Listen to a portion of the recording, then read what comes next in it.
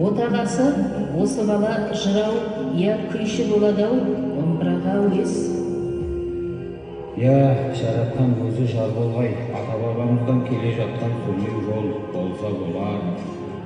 Қай заманнан қазағымның қасиетті киелі қазынасы ғой, алса шанағынан шерлі күй көңіл. Қуаныш пен шаттықта көтеріңкі көңіл күй сыйлап, шабытымды шырқау көкке жеткізеді ғой шіркін. Ал жыраулық өнер тіптен бөлек.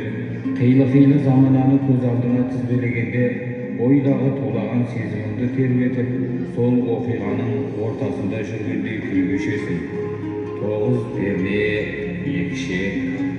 Соған қарағанда 2 өмір, түйіні шешілмеген 90 тарау жолау.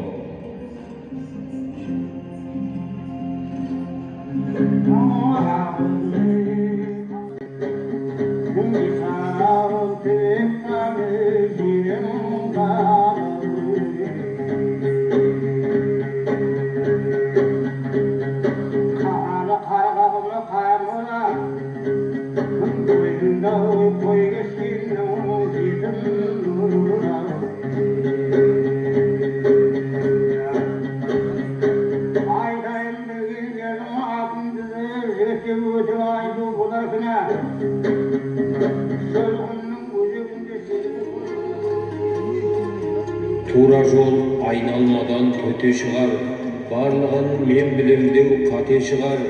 Дүние астан кестен алайынды, ажалдар аңдаусызда өте шығар.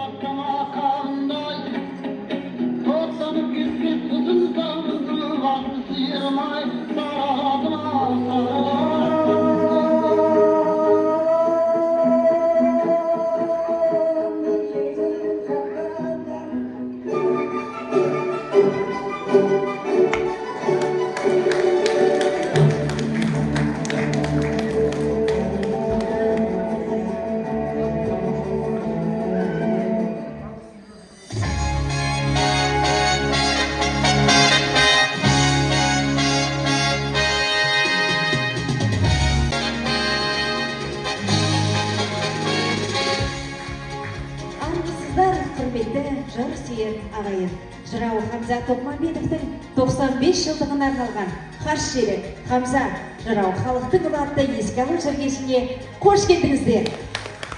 1928 жылы 27 ақпанда Қызылорда облысы Қазалы ауданы нөмірі 7 ауылдық кеңес коммунизм колхозы қазіргі Бозкөл ауылында дүниеге келген. Балалық шағын сол туып өскен ауылында өткізіп, сол ауылда білім алып, еңбекте ерте араласқан. Тума талант табиғи дарын арқасында жыр өнерін еңбек жолымен тығыз байланыстыра білді. Сыр еліндегі біраз ел арасындағы жарыстарға қатысып, жүлделі орындармен марапатталды. Отбасын құрғаннан кейін 1950 жылы жаңадан ашылған Қазалы ауданына қарасты Қазалы асыл тұқымдағы қой совхозына отбасымен көшіп барды. Нөмірі 1 ферма Ақиқат бөлімшесінде көмекші қопан болып жұмыс атқарған. 1954 жылы Жамбыл облысы Жамбыл қаласында 1 жылдық аға шопан ветеринар мамандығын оқып бітірген. 4 ферма Сарбұлақ елді мекенде аға шопан болып ауысқан.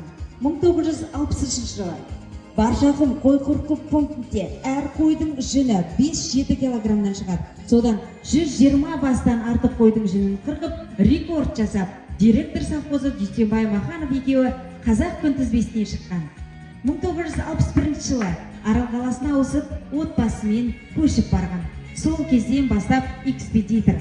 Өмірінің соңына дейін Арал ауданының перзентханасында шаруашылық меңгерушісі болып қызмет атқарған. Сөз аудан әкімінің орынбасары Бержанов Кете Төлеби Досымжанұлына беріледі. Ардақты жырсүйер қауым, құрметті қонақтар, қашанда өнер мен дәулет қонған арал топырағы киелі таланттарының есімін оқтап, кейінгі ұрпаққа үлгі өнеге етіп келеді. Биыл сыр сөйлерінің мұрагері жырау Хамза Тоқмағамбетовтің туылғанына 95 жыл. Ұлтымыздың рухани әлемде өшетіспей қолтаңбасын қалдыра білген Хамза Тоқмағамбетұлы есімін ел жанында да сақтау, өлмес өнерін ұрпаққа аманат ету мақсатында ұйымдастырылған еске алу жыр кешінің маңызы зор деп білемін. Ананың сүтімен дәредің, туған топырақтың қадір қасиетімен тамыр бойлайтын ерекшелік. Киелі өнердің құдіреттілігі, текті жанның көрегенділігі болар. Хамза жырау өмірге келмеген немересіне ислам деп есім беріп, артынан ерер ұрпағын тегін болмайды деп айтып өткен екен. Тектінің тұяғы бұл күнде Орталық Азиядағы алғашқы колледждер арасындағы Чайковский атындағы Алматы музыкалық колледжінің жанынан құрылған Ислам Хамзаев атындағы опералық студияның негізін салушысы әрі жетекшісі. Абай атындағы Қазақ ұлттық опера және балет театрының солисті Ислам Хамзаевты сахна төріне шақырамыз. Ассалаумағалейкум, барша жиналған туыс, тума, ағайындар. Осы бүгін атамның 95 жылдығына деп арнайлап сіздердің алдарыңызда келіп, өнер көрсеткелі жатырмын. Бірінші амандаспады деп ренжімеңіздер. Осы жақта бірінші халықтың алдына шығып сіздерге сөз сөйлейін, содан кейін қолдарыңызды алып амандасайын дедім. Менің атам халықтың ұлы, мен де халықтың ұлы болуға асығып, осы дәрежеге жетем деген ниетпен бастағам. Оның бастаушысы да, қоштаушысы да осы менің өзімнің туған әкем, Женей деген өздеріңіз білесіздер. Орныңыздан тұрып қойыңыз. Осы әкемнің арқасында өзінің күші мен еңбегін сарқып, мені талай жерге жеткізіп, апарып, бұдан қалды халықтың алдында мәртебемізді көтеріп жүруге осы әкемнің септігі. Одан қалды менің 5 әпкем, соның ішінде ең үлкені Райкүл деген әпкем, осы мені сүйреп жан-жаққа қарай. Қазір осылығанда сіздердің алдарыңызда тұрып ән айтуыма себепші болған кісілердің бірі, ол кісі де орнынан тұрып қойса, сіздерге алғысымды білдіріп, анамның өзіме жаттатқызған кішкентай кезімнен Дударай әнін айтып берейін. Рұқсат болса, қабыл алыңыздар.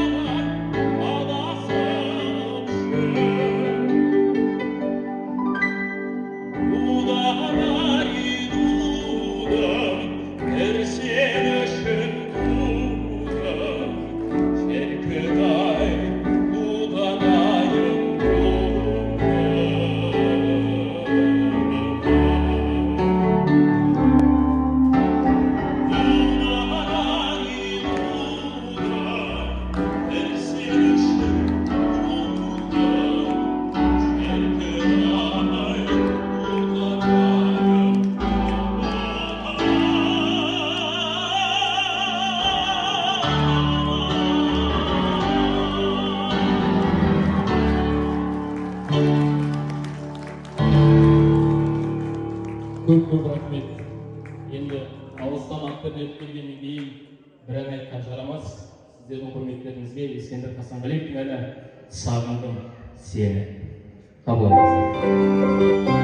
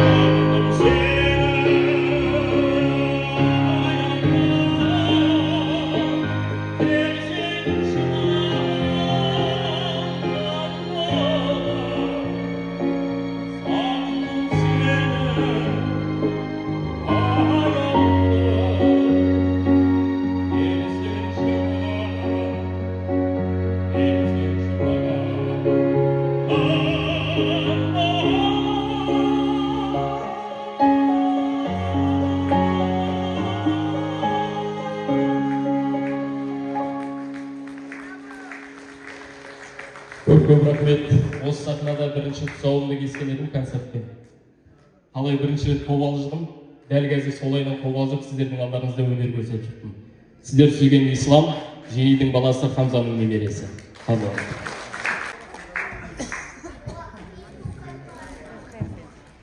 Сахна төріне Хамза жыраудың қызметтес болған інісі, ауданымызға белгілі азамат Нұрғожаев Асылхан мырзаны шақырамыз. Құрметті, бүгін Хамза ағамыздың жыр кешіне жиналған қауым, жыр кеші құтты болсын. Енді біз жас түлектер 1975 жылы оқу бітіріп, Аралының денсаулық сақтау саласына қызмет жасауға келдік. Сол кезде ауданымызда мәдениет саласының бір дамыған кезі деп ойлаймын. Автоклубтар болды, совхоздар, мекемелер болды. Солардың осы сахнада жыл сайын концерттік ұйымдардың жарысы болатын тұғын. Сол жарыстарға денсаулық сақтау саласынан қор, оркестр және сол қордың әншілері Алмағамбетов Мақашбай, Күнгияш Омарова. Енді Хамза ағамыз сол бір концертіміздің ортасында өзінің жыр төкпелерін төгіп, сол біздің ауданның денсаулық сақтау саласының мәдениет несін өте биікке көтеріп отыратын тұғын. Біздің денсаулық сақтау ұйымы әр уақытта бірінші орын алатын тұғын. Біздің денсаулық сақтау саласында әртүрлі қызметтер атқарды. Олар сол өз істерінің әрқайсысы маманы болатын тұғын. Ағамыз перзентханада шаруашылық бөлімін басқарды. Енді соның ұрпақтары, балдары біздің денсаулық сақтау саласында әлде қызмет жасап жатыр. Енді мен өзім 2002 жылы бұл диспансерға бас дәрігер болып бардым. Сол кезде мына жеңе қарамағында жұмыс істеді. Өз маманы, өзінің қолынан келмейтін жоқ, темірден түйін түйетін жігіт. Енді мына жаңағы ислам әкесін айтты, тәтесін айтты. Біздің ұжымда мен де айтады шығар деп ойлағанмын. Сол кезде 7-8 жастар бала бұл диспансерға көп адамды кіргізе бермейді. Ислам келеді, кім баласың десе, Асылханның баласың деп ішке кіретін тұғын. Енді осы исламның өнер жолына түсуіне жаңа Райкүлді айтты ғой, сол Райкүлменен бірге біздің ұжымдастар, енді біздің коллектив, ол енді көп қол көмегін берді. Осы концертке шығуына, елді мекендерін аралауына қаржылай көмек бердік. Енді осы көріп отырмыз, ислам осындай дәрежеге жетіп жатыр. Ол енді біздің ауданның, өзінің ағайын туғанының, бауырларының әбірейі. Сондықтан да енді Хамза ағамыз өзінің сол исламның әр кешін айтатындығымыз, Хамза, ислам, сен атаңның мерейін асырып, атаңның жыр өнерін дамытып атсын, өнерің өрге бассын дейтіндігіміз. Енді бүгінгі кешке келгенімізге өте қуаныштымын. Мына өзі қазақ айтады ғой, өлі риза болмайды, тірі баймайды дейді. Мына ұрпақтары, балдары, немерелері міне осы ағамыздың атын шығарып жатыр. Бәрін отбастарыңызға аманшылық тілеймін. Айналайын ислам, сенің биік тұрдан көтеріне беруіне тілектеспін. Әр уақытта мынау WhatsApp-тан, басқа нелерден сенің нелеріңнің бәрін көріп отырамын. Барлықтарыңыз аманшылықта осындай тойда қауышыңыздар.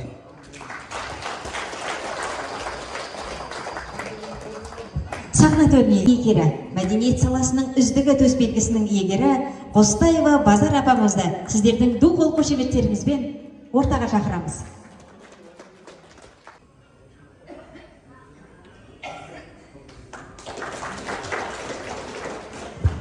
Мен осы Хамза ағамыздың кешіне шақырылған қонақ едім. Ән айтам деп келген жоқ едім, шынымды айтайын. Мына мәдениет, осы орталық, мәдениет орталығы менің қолдап жүрген, мені жандарынан тастамай жүрген, Айна Тұяқоваға бастаған ұжым өзімді сыйлағасын, қадірлегесін. Апа бір ән айтшы, апа деп өтінгеннен кейін өтінішін жерге тастай алмадым. Мынау Хамза ағамыз туралы айтатын болсам, сонау бір салдары осы мына жерде тұрды үйі. Жиі баратынбыз. Көзін көрді. Ең бірінші Мұратты, талантын мойындаған. Ой, Базаржан, Мұрат келешегі зор. Алла қаласа Мұрат болады деп ең бірінші мойындаған адам еді. Жаны жәннатта болсын. Айтар сөзін көп, уақыттарыңды алмайын. Сол кісіге арнап қазақтың халық әні Гүлдәрайымды айтып берейін. Астана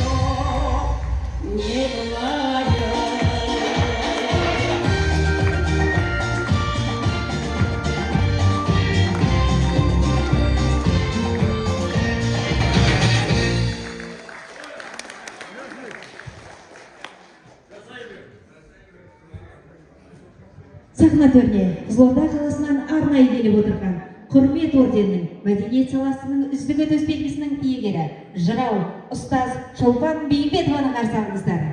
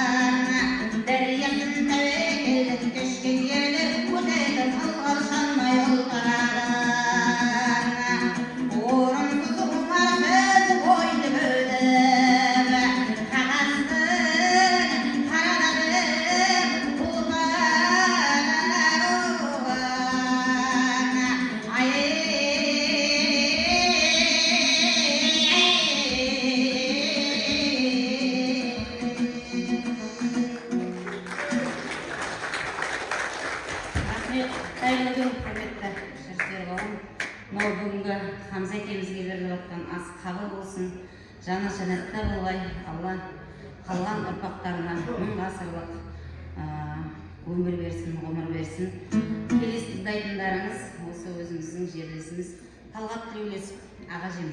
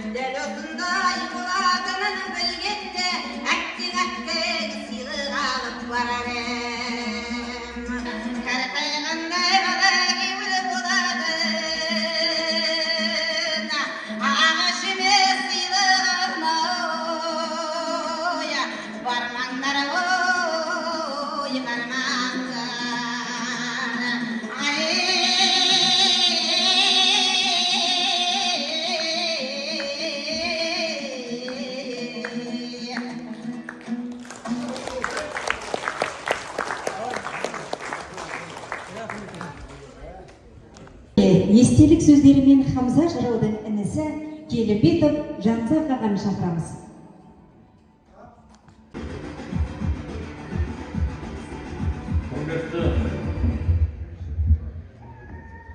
Құрметті бүгінгі ағайын Хамза тәтеміздің 95 жылды мерей тойына жиналған қауым ас беруге бәріңізге сау саламат қарсылығына белгілер біріншіден.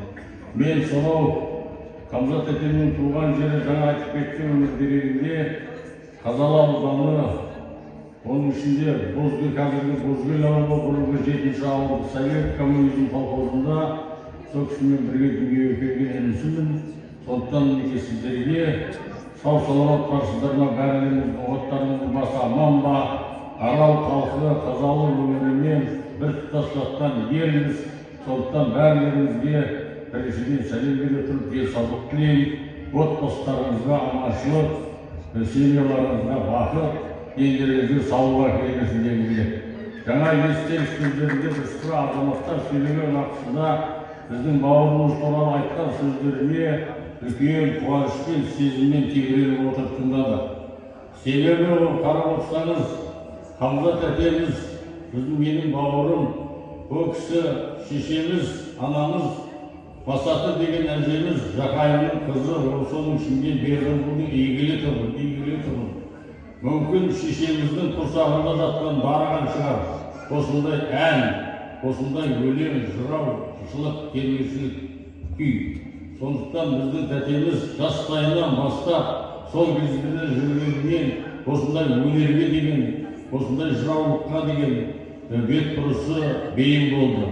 Содан келе сол коммунизм колхозынан көшкеннен кейін Қазалы совхозының орнатысында өзінің жыраулық өнерін еңбекпен бірге жүріп ұштастырып жүрді.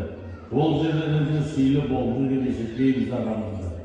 Енді мынау сіздердің осы өмірге келгеніне сонау 61 жылы осы Арал өңіріне келді. Содан бері әртүрлі салада жұмыс істеді.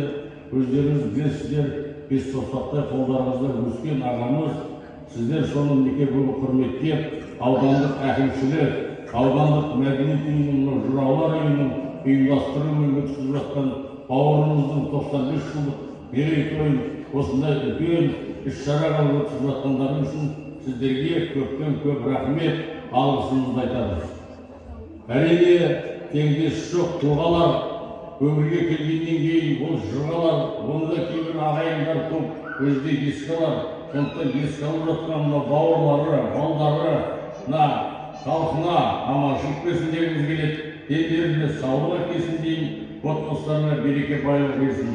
Мынау ағамыздың жасап жатқан үлкен іс-шарасы мынау да жалғасын тауып, әрқашанда жетістіктерге жете беруге осы бүгінгі мәдениет үйінің ұйымдастырып жатқан мынау ұжымына рахмет айта отырып, осыларға шығармашылық табыс тілеймін. Рахмет.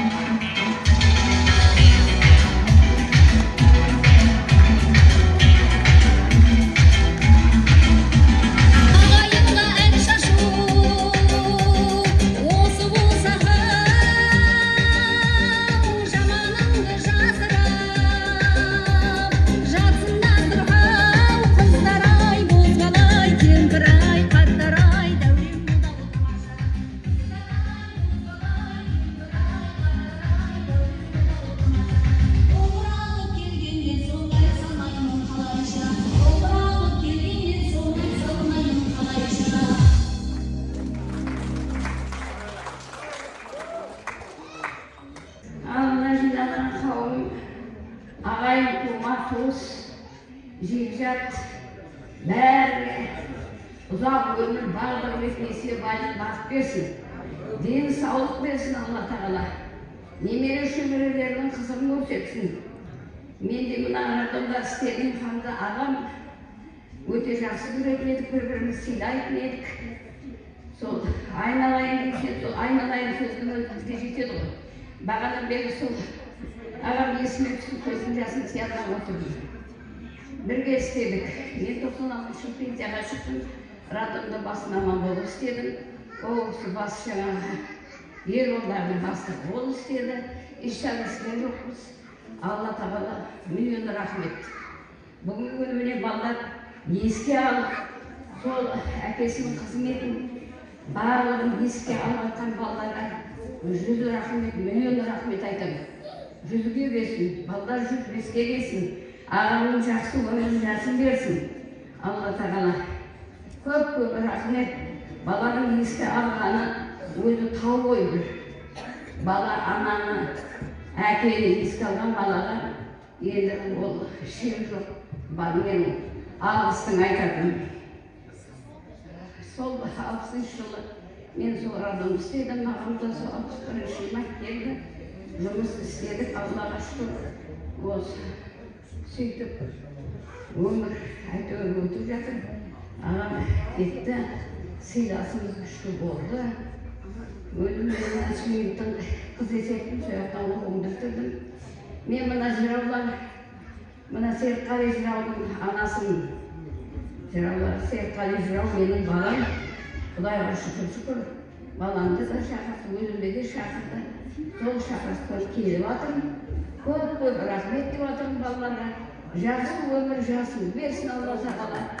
Енді өтен айтайын. Тек жақсылық болсын, мұна келгендерге көп рахмет. Алла сыйласын. Өзім Қарамолданың қызымын. Сол себепті менен батасандар ештеңе қылмайды. Бәріміз Алланы разы Ақтөбе қаласынан арнайы келген белгілі жыршы Демеубай Жылымбетов. Мәдениет орталығының дәріс жырау үйірмесінің жетекшісі, жыршы термеші Ғалибек Өмірзақов. Мәдениет орталығының шәкірті, жыршы термеші Абылайхан Бектасов. Мұрат жырау үйірмесінің жетекшісі, жыршы термеші Зәуре Зекешева. Белгілі жыршы термеші Тұрғанбек Бейісов. Жыршы термеші Серікқали Жұбаниязов. Бүркітбай Ақсұңқар, Қамза жыраудың нағашы жағынан келіп отырған белгілі жыршы термеші.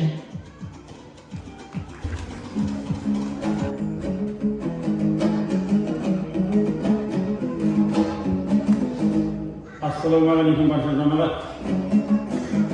Мынау сабақтың мен сәтімен дегендей Ақтөбеден келетін пойыздарды осы аралда болатын жиындарына қалдырмасын деп есептеп қойған ойым. Алла тағала осы пойыздан шығып сіздердің жиындарыңызға еске үлгеріп жатқан жағдайын жағдайы. Бәрі оңынан болсын. Қамза ағамызды мен көргенімді қыра сыртынан сала естігенмін. Бірге болған дастархандас болған құрбыларымыздан да ағаларымызды аты-жөнін, шамалы өмір тарихын, болмыстарын, жырлауларын, нақам саздарын осылай салатын еді деген шамалы естігенмін. Бірақ ағамыздың қалай салғанын естіген жоқпын. Бірақ енді мынау елден сәл-пәл сақтау жүргеннен кейін ауылдақта не хабар болып жатыр, соны құлағымызды тігіп жүретініміз бар. Ел туралы, арал туралы әңгімелер болып жатса, сөздер болып жатса, көңілге ойға тоқып жүрген келетін тағы ой бар еді ағайын. Соған байланысты мынау қара тереңдік ініміз бар, Ақтөбеде тұрады, көп жылдан бері Тілеулесіп Талғат дейтін. Сол ініміздің аралдық бауырларға хат дейтін бір өлеңі бар еді. Мен арал жаққа барып, сол сахнаға шығам десем, өзі өтініп сұрайтын еді, сол өлеңді айтып берші. Ағайын, сол Талғаттың сәлемі болсын, өзімнің арнауым болсын, айтып берейін ағайын сөйлемді.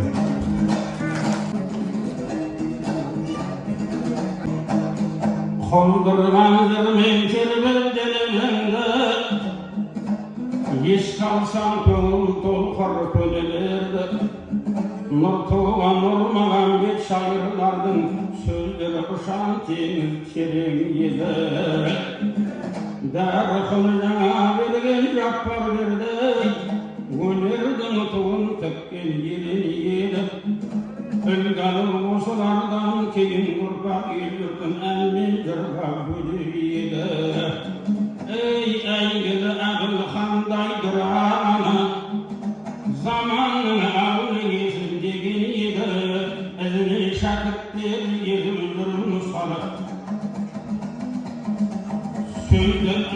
нұсқалы сөзді ылғи тере білді.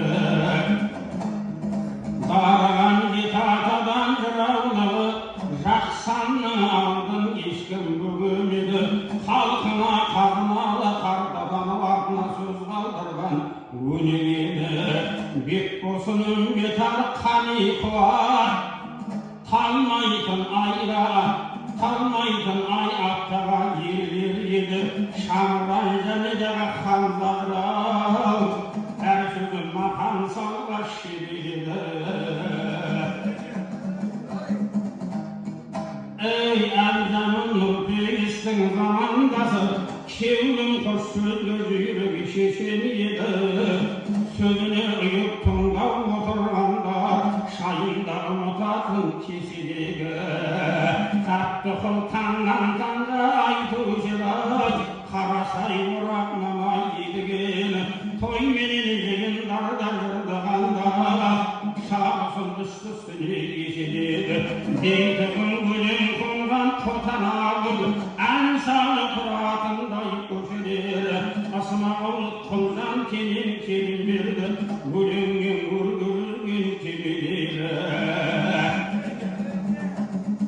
Зейнолла Мешітбай мен серік ақын, артында өлмес мұра өлең еді.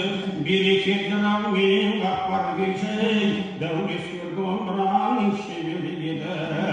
Берекет жырау менен қақпар кешей, дәулескер домбыраның шебері еді.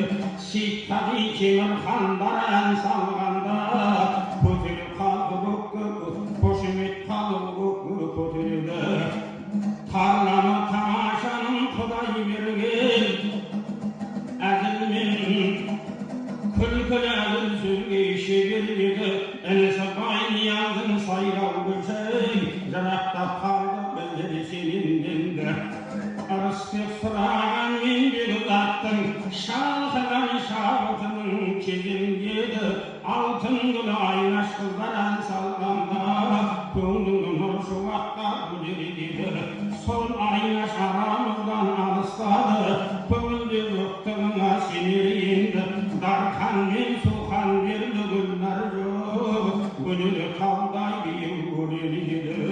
Осы айтқан асылдардың бірі кетті, жалғаннан таусылған соң өлшемдемі. Рухы ырза болып марқұмдардың, жаннаттан ашық болсын ей перделер.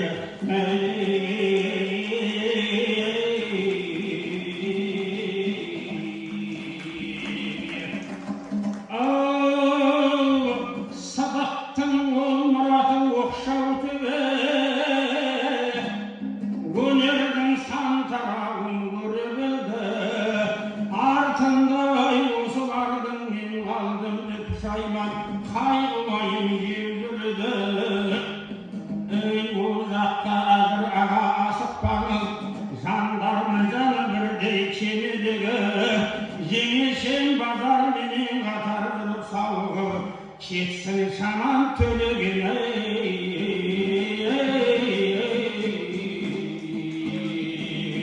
Ей абаттың мектебінен аралғандар шәкірт өзінің ере білді. Қос бірдей мұң талаптың ойдырын көңілге сәуле нұрын себе білді. Аралды тамашамен тамсандырған сықақшы ерғали мені, Бағдат неғын ойнау сақынада ерен еді. Ел мұрасқа қатыл жырлағанда құйылып жатушы дау термелері. Әрдайым Астанадан сәлем айтат, аралдың асыл қызы ұл мекені.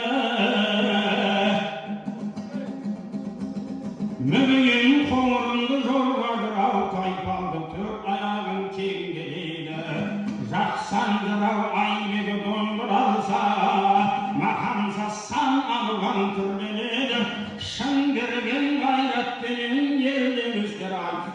кеңге құлаш сермейді тұрған деп серқали айна жалды теңіздің толқынындай тербеледі ғанибек ерке бұлана бұлайхан ғанибек ерке бұлана бұлайхан жастардың көш бастайтын елдегенді баласы бегі аттың ұлық бегім құлашын жайып келе кеңге енді талпынған әлі талай жастары да өтелген тұлпар аттай кербедегі ей барында осылардың қадірлі өмірдің соқпай тұрып көлденеңі көгіне көзі жоққа өкінемін көгетте бергенінен бермегені елімді ұлықтайтын ұл қыздарда аралдың асыл жыры өлмегені отырып ой толғаған талғат елім сағыныш көңілімді кермегені аралдың туып өскен перзентімін ұмытпа туған елім сен де мені жолдадың сәлемімді ақтөбеден көп болды мен сіздерді көрмегелі аяқтап талғаттың шуатын мен сөзімді доғарайын мен де енді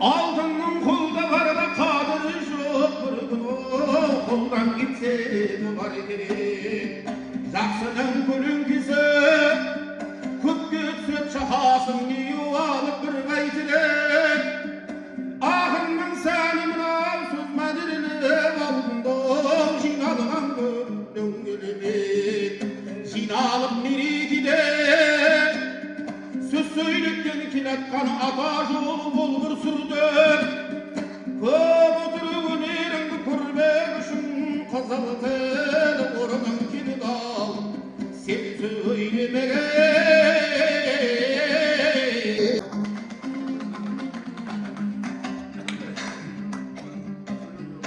Asır Asıraydı o jürük kadı Oğluna asıradım Oğlan bir namaz olsun Kulcam oyun bugün sandığa gitsin de Verip baksan kısıl azaya Kuzaya Kıyık bulma kuncu mırtsa Kısmetini jeri getirse Bulguraya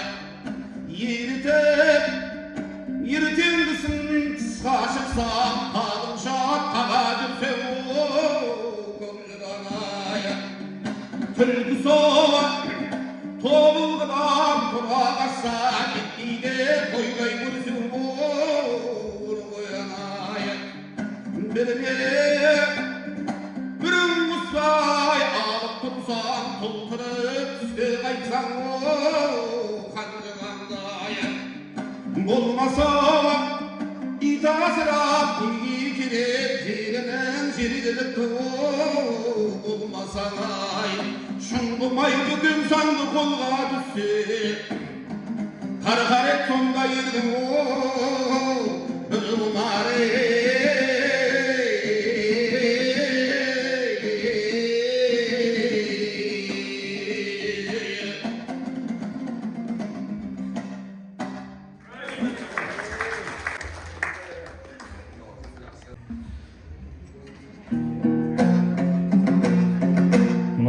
сұраудың моншаққа деген толғауын орындап берейін.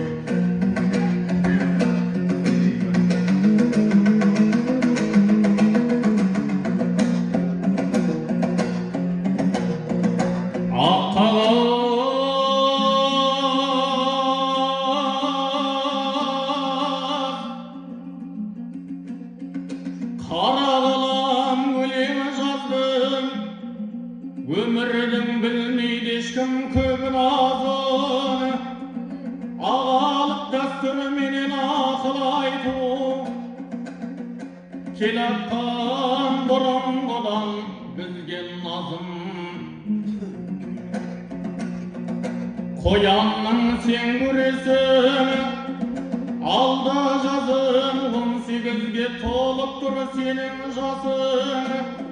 Қарағым қолда өскен балапаным, шынымен ашқаным ба қоңыр қазым. Бақытың алдыңдағы жарық болып, өзімнен артық емес ешкім озын. Бұл жақта уағаныңе елестетіп, аман бол қайда жүрсең қоңыр қозым.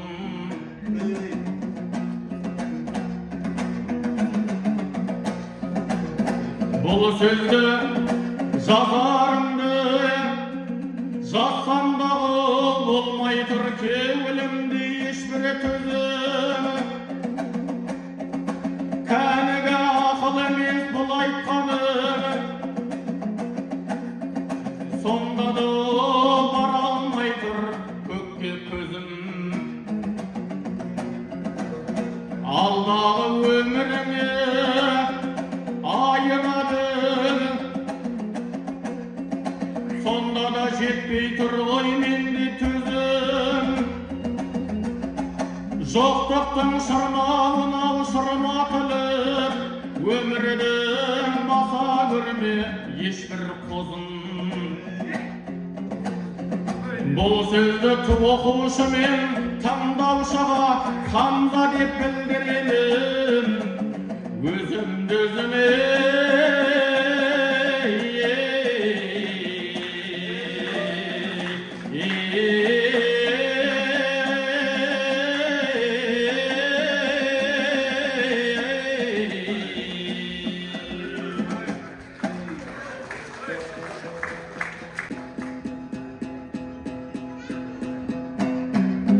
Нұрмағамбет Қосшалұлынан айтып берейін.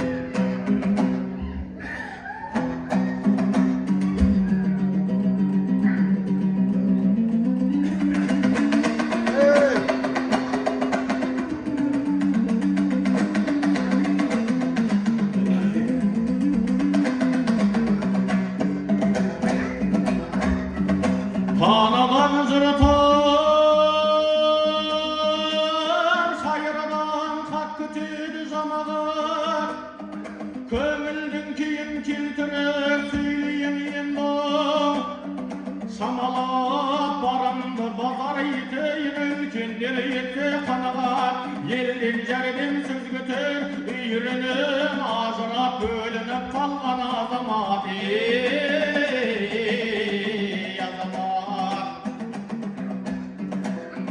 Дос бар жерде дұшпан бар, дүшіріміз көңіл жаралап.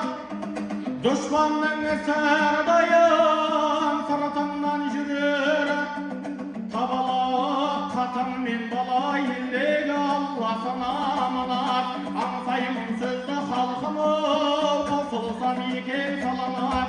Дәргахында Алланың тек жатырмын паналап, көңілге ренжу кіреді, шаса ойын саса болар. Тәуекел керек жігіттер талайға түскен аламат, жайшылықта сөз жазсаң кетуші еді. Балалап көңілде алаң болған соң сөз келмейді қамалап. Ағылым жаяу ой теңіз алысты кетен жағалап. Сондықтан мысал етейін бұрынғы өткен ерлерден өзімізге бағалап.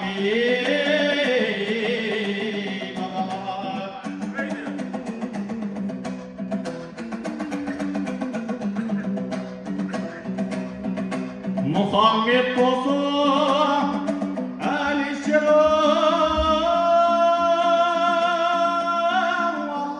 Allah'a yetip tevkil Soğusunda Ahtan'ın kolga tüsken aşulir Asan sen Fatima көздіңде жасы болған сел сәлдеге орап шығар өмір бір аққан болды жел Әлишердің тұсында мұсылман болған кәпір ел сол секілді черіні қойынымыз жасырған ей Аллахым мекен еткен жер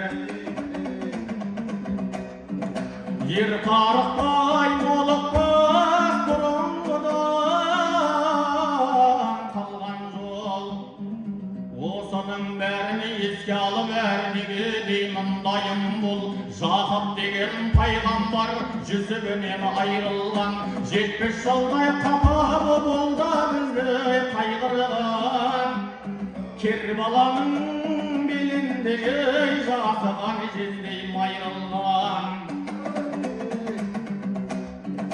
Құл қылып сатып жауларын бақытында рахман Жақыптың көңілін жандырған аз ғана ғұмыр кешкенден не көрмейді тірі жан бейнеттің болсын рәті айтылған бұл сөз бұрыннан әзіренше біз құлан құдыққа уғате жығылған тек құрбақа болмасын құлаққа келіп тығылған айтарымыз оу ағайын көңілде қалған жұғыннан Нұрмағамбет қошанып қолында қалың тұрған дәңек сөз тартадай шығаннан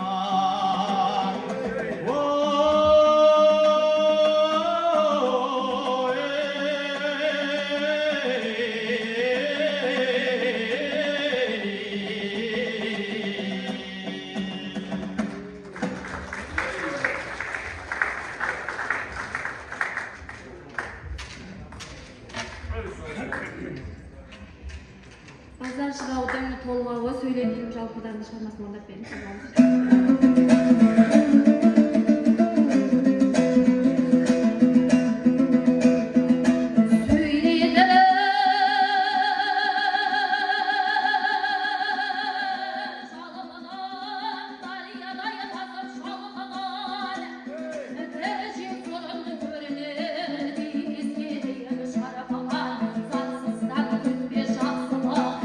Ayılarım bilmeydin şamazın şalgayı şarap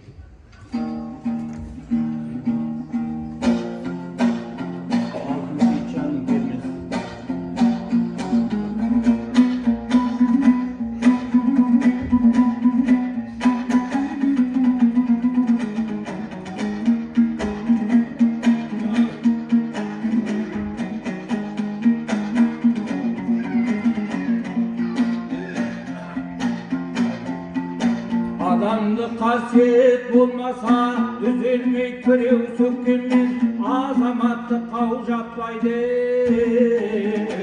өз туысын жек көрген жалғыздың жанға жараспас үй жақ салқына көп келген үлкенді сыйлап қадірле көп біледі көп көрген солардың болсын айтқаны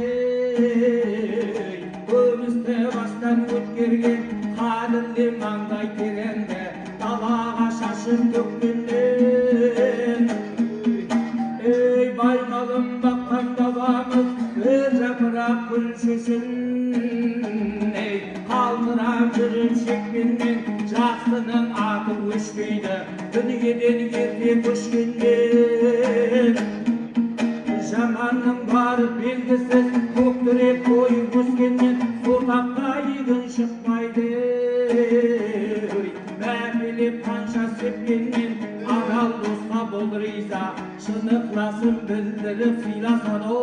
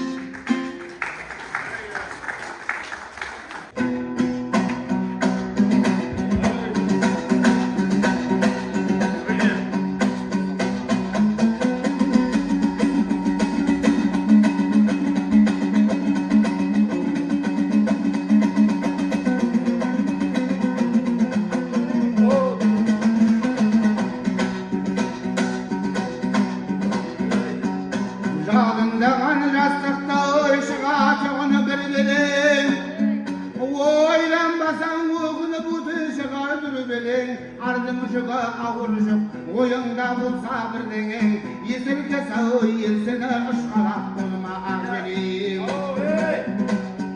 Туған жердің түлегі қашанда елге қам жеген, кезінде халқын қорғадай жауыздардан жан жеген, шегіну деген ойда жоқ, жеңілудай білмеген, құстай ұшып толпара, желмая соғып жер тарпып жарысыптай желменен. Жауға барып бетке селептай көлденең, батыр туған ұлдарын әруақта желеп жебеген, дәтті қуаты осы сөз, келе жатқан көледен, алып туса ой анадан ат туадай биелен. Ел қорғанын отырып азба қазақ, ей мендегі.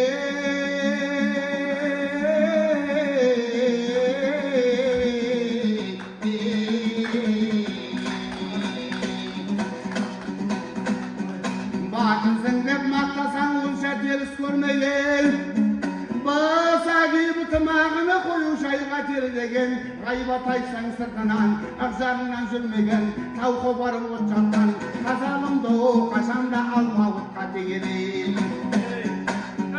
Көңіректі қобызын ауылден білген,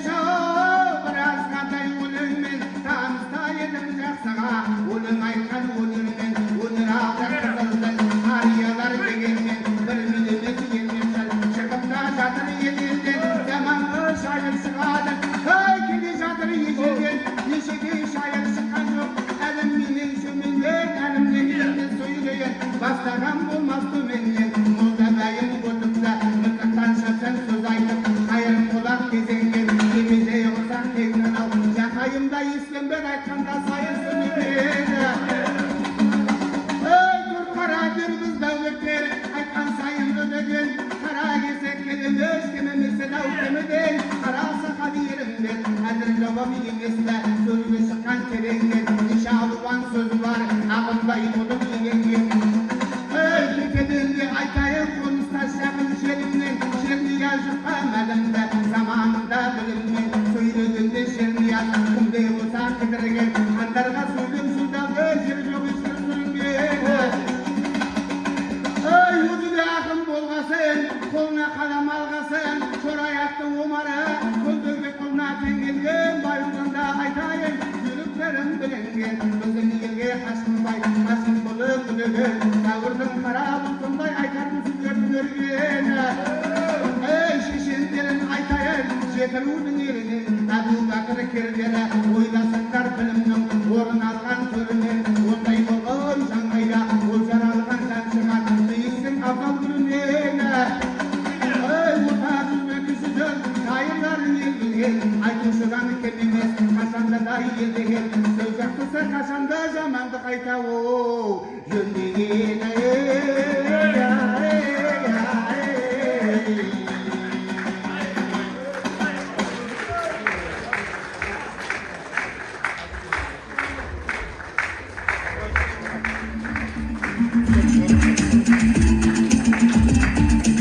Ойымнан туған елім бір кеткен жоқ, ақ туын адалдықтан кірлеткен жоқ. Аралдың табанынан су кеткенмен, халқының жүрегінен шыр кеткен жоқ. Арал өңірінің мақам сазы, теңіздің тереңінен маржан сүзгендей сырлы да сазды болуы осы табиғаттың әсері. Бүгінгі кешімізді қорытындылау үшін сөз кезегі Хамза ұлы Темірбай ағамызға және Хамза қызы Роза апамызға беріледі. Бұл қошеметтеп сахна төріне шақырайық.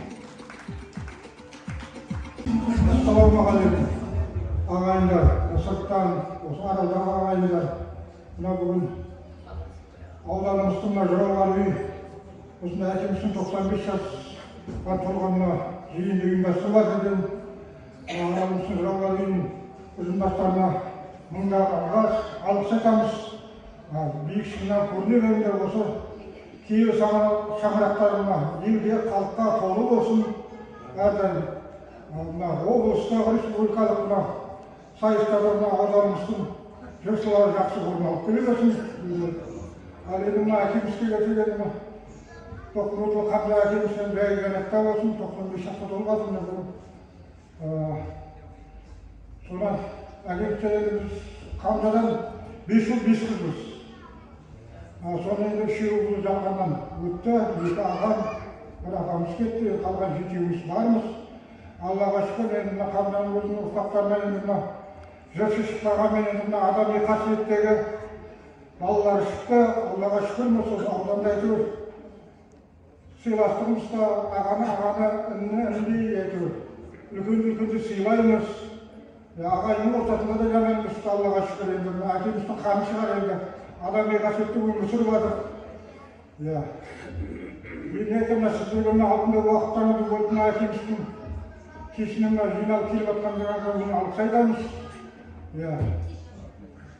Мына әкеміздің әруағы мына еліміздің халқымыздың мына жемей берсін. Еліміз аман, жұртымыз тыныш болсын. Мына енді жауға енді мың алғыс айтамын.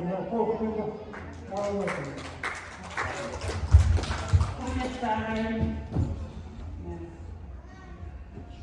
мына біз толықтырмыз енді.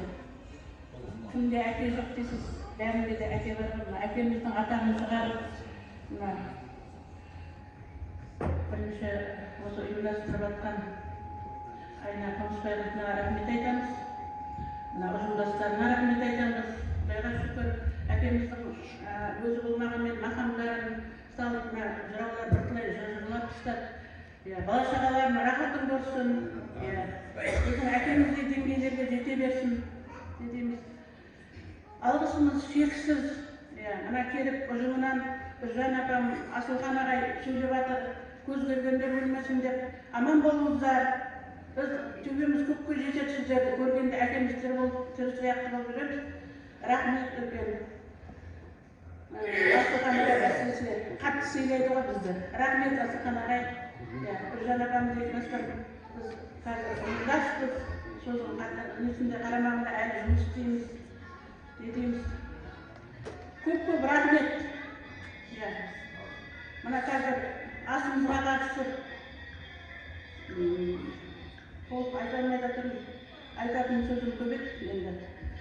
Рахмет айтам барлықтарыңызға да. Әкеміз жатқан жері жайлы болсын. Ат салысыпту, ар жағы Астана, бер жағы Алматы, Қызылордадан келіп отқан ағайын туған құда жекжат барлықтарыңызға мың алғыс.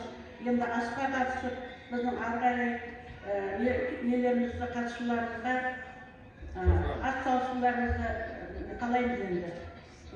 Рахмет еді. Көп айтатын нәрсе көп Құрметті көрермендер, бүгінгі жырау Қамза Тоқмамбетовтің 95 жылдығына арналған хаж жері Қамза жырау халықтың ұлаты еске алу жүргешін аяқтаймыз. Келесі кездескенше